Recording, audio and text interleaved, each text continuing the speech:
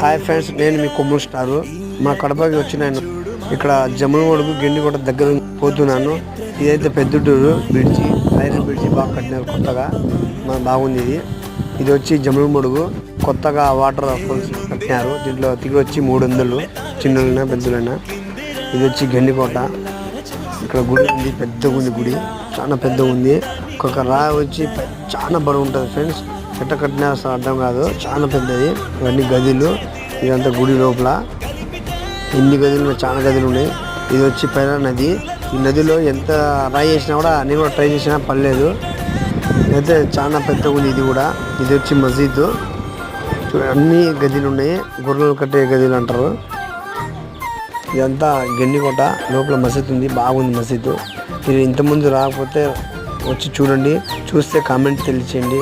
తప్పకుండా మీరు ఎంజాయ్ చేస్తారు. అప్పుడు డెవలప్ లేదు, ఇప్పుడు చాలా డెవలప్మెంట్ ఉంది.